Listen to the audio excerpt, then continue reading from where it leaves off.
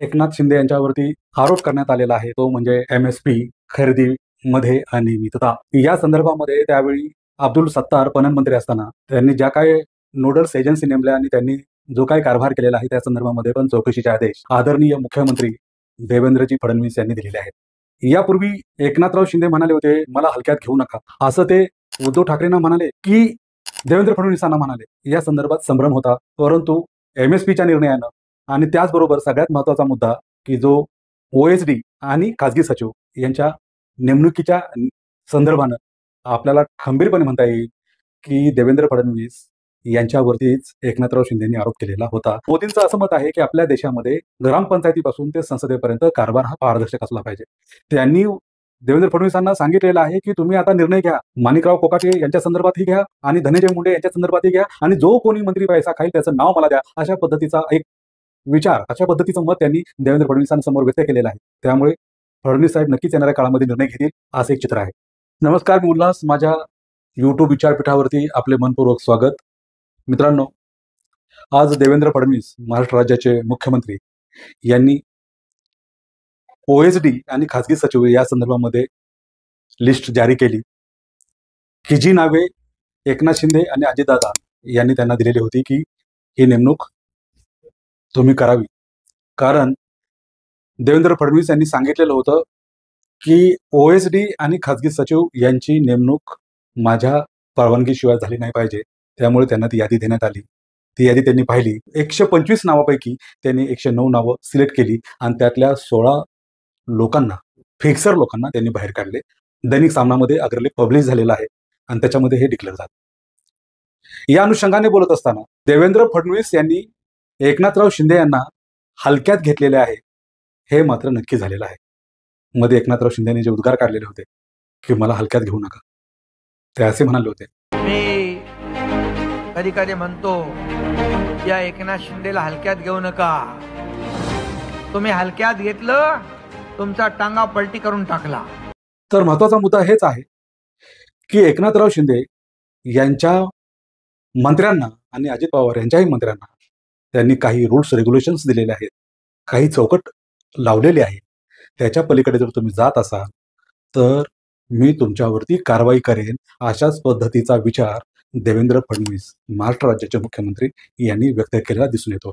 आणि अजितदादा यांच्या मंत्र्यांना म्हणजे माणिकराव कोकाटे यांनी तर स्पष्ट सांगितलं की जर इथं पारदर्शक कारभार झाला नाही तर मी कारवाई करेन, असं देवेंद्र फडणवीस हे म्हटलेले आहे.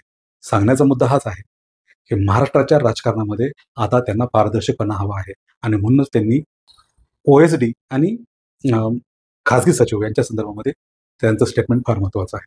आणि त्यांनी जी 16 लोक फिक्सर म्हणून बाहेर फेकून दिली किंवा त्या लिस्टमधून काढून टाकली, त्याबद्दल संजय राऊत आणि शिवसेना यांनी त्यांचं कौतुक केलेलं आहे, देवेंद्र फडणवीसांचे आभार मानलेले आहे. आता मुद्दा इथं संपत नाहीये. जे 16 फिक्सर लोक त्यांनी बाहेर काढलेले आहेत त्या 16 लोकांची नावं त्यांनी पंतप्रधान नरेंद्र मोदी साहेबांना द्यावीत अशा पद्धतीची सूचना संजय राऊत यांनी केलेली आहे. या अनुषंगाने जर बोलायचं झालं तर हे कोण 16 लोक आहे ज्यांनी OSD म्हणून काम केलेलं आहे? कोणत्या मंत्र्याबरोबर ती कामं केलेली आहे? त्यांनी नेमकी कोणती चुकीची कामं केलेली आहे? त्यांनी कोणत्या पद्धतीचा फ्रॉड केलेला आहे? अशा जर गोष्टी देवेंद्र फडणवीस साहेब जर बाहेर काढत असतील तर खऱ्या अर्थाने या महायुतीच्या सरकारचा पारदर्शक कारभार चाललेला आहे असं जनतेमध्ये मेसेज जाईल आणि अशाच पद्धतीची जनता विचार करीत आहे, चर्चा करीत आहे. देवेंद्र फडणवीस यांनी त्यांच्या सरकारमध्ये या मंत्र्याच्या OSD वरती किंवा खाजगी सचिवावरती बंदी आणलेली होती आणि तुम्ही मला लिस्ट द्या, मी त्यातून सिलेक्ट करेन असंही सांगितलं होतं. आता ते त्यांनी काम प्रामाणिकपणे केलेलं आहे. पण कोणत्या OSDनं खाजगी सचिवांनी महाराष्ट्रातल्या मंत्रालयामध्ये बसून कोणत्या मंत्र्याचा, कोणत्या कामाचा आणि कोणत्या विभागाचा कारभार पाहिलेला आहे आणि फ्रॉड केलेला आहे हे सांगणं, जनतेमध्ये येणं गरजेचं आहे असं एकंदरीत जाणकारामध्ये किंवा लोकमतामध्ये किंवा लोकमानसामध्ये विचार केला जात आहे. त्याचबरोबर ती एकनाथराव शिंदे यांना त्यांच्या कारभारामध्ये कोणत्या पद्धतीच्या अडचणी येत आहेत आणि ते का नाराज आहेत या संदर्भातलं पण स्पष्टीकरण देवेंद्र फडणवीस यांनी द्यावं अशाही पद्धतीची जनता एक चर्चा करीत आहे. कारण का तर जसं हे सरकार निर्माण झालेलं आहे, डिसेंबरपासून या सरकारनं त्यांच्या कामाला प्रारंभ केलेला आहे, पण तरी सुद्धा जनतेच्या हिताची कोणतीच कामं आजपर्यंत झालेली नाही आहेत. फक्त एकमेकांवरती कुरघाड्या करणे किंवा एकमेकांवरती आरोप करणे यामध्येच हे सरकार गुंतलेलं आहे, असं एकंदरीत म्हटलं जातं.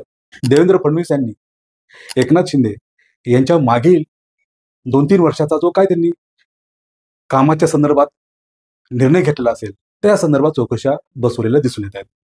त्या म्हणजे एकतर जालनाच्या त्या प्रोजेक्टची 800 करोड रुपयाच्या, त्याचबरोबर मुंबईमध्ये कचरा काढण्यासाठी किंवा ती मिठा नदी स्वच्छ करण्यासाठी जे काही कंत्राट 1400 कोटीचं दिलं होतं त्यावरती, त्याचबरोबर ती पुण्यामध्ये जो 70 करोड रुपयाचा भूखंड घेतलेला होता त्यावरती चौकशा बसवलेल्या आहेत. या संदर्भामध्ये एकनाथराव शिंदे नाराज आहेत आणि आज दैनिक सामनाच्या अग्रलेखात तर असं संजय राऊत म्हणतात की पुण्यामध्ये जेव्हा अमित शहाजी आलेले होते तेव्हा पहाटे 4 वाजता एकनाथ शिंदे भेटायला गेले आणि त्यांनी सांगितलं की माझ्या आणि माझ्या मंत्र्याच्या पोटावरती पाय देण्याचं काम देवेंद्र फडणवीस करीत आहे.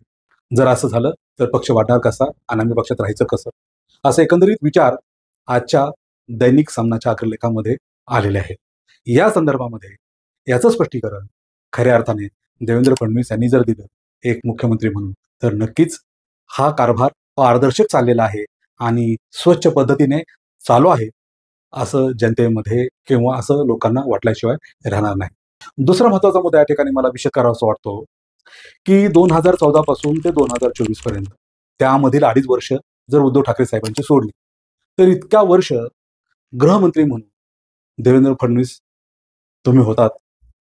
तुम्ही हे सगळे काय कारभार जर गैरमार्गाने कोणत्या मंत्र्याने किंवा कोणत्या ओएसडीने केलेले असतील आणि कोणत्या मंत्र्याचे केलेले असतील, याची सगळी तंबूत माहिती जर तुम्हाला असेल आणि असायलाच हवी आहे, कारण गृहमंत्री म्हणून तुम्ही त्या ठिकाणी काम केलेलं आहे. जर ती सगळी तमाम माहिती 2014 पासून ते 2024 ची जर ती सगळी इतंभूत माहिती जर तुम्ही नरेंद्र मोदी साहेबांना कळवली, तर आणखीन अजून पारदर्शकपणा किंवा आणखीन अजून सरकार हे निरपेक्ष आहे, हे स्वच्छ आहे, सुंदर आहे, असं जनतेला वाटल्याशिवाय राहणार नाही. नरेंद्र मोदीजी एक निरपेक्ष पद्धतीचा कारभार पाहू इच्छित आहेत. त्यांनी स्पष्टपणे सांगितलेलं आहे, जो कोणी पैसे खाईल त्याचं नाव माझ्याकडे द्या, मग मी मात्र त्याला सरळ केल्याशिवाय शांत बसणार नाही. तेव्हा या 16 फिक्सरची तर नावे तुम्ही द्याच द्या, पण 2014 पासून ते 2024 पर्यंत जो काय भ्रष्टाचार झालेला आहे, की ज्या भ्रष्टाचारामुळे आज महाराष्ट्राची तिजोरी रिकामी झालेली आहे. जवळजवळ 1,11,000 कोटी रुपयाचा ठणठणाट आपल्या महाराष्ट्राच्या तिजोरीत झालेला आहे.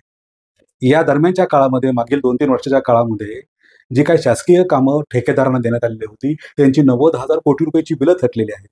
हा पैसा द्यायचा कुठून? त्याचबरोबर ती लाडक्या बहिणींना जे बांधन देण्याचं तुम्ही मॅनिफेस्टोमध्ये घोषित केलेलं होतं ते आज तागायत त्यांना मिळालेलं नाही. त्याचबरोबर ती पेन्शनर लोकांच्या पेन्शन्स, त्याचबरोबर शेतकऱ्यांची कर्ज माफ करणं, अशा गोष्टी सगळ्या या अधुऱ्या राहिलेल्या आहेत.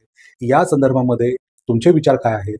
स्पष्टपणे देवेंद्र फडणवीस साहेबांनी जर महाराष्ट्रासमोर मांडले तर नक्कीच या महाराष्ट्राची राजकीय वाटचाल योग्य पद्धतीने चाललेली आहे असं जनतेला वाटेल आणि अशाच पद्धतीची चर्चा जनतेमध्ये होत आहे. आता पुढे या महाराष्ट्राच्या राजकारणाचं काय होणार आहे आणि काय पुढे वाढून ठेवलेलं आहे हे येणारा काळ ठरवेल. आता इतकंच. धन्यवाद. Thank you very much.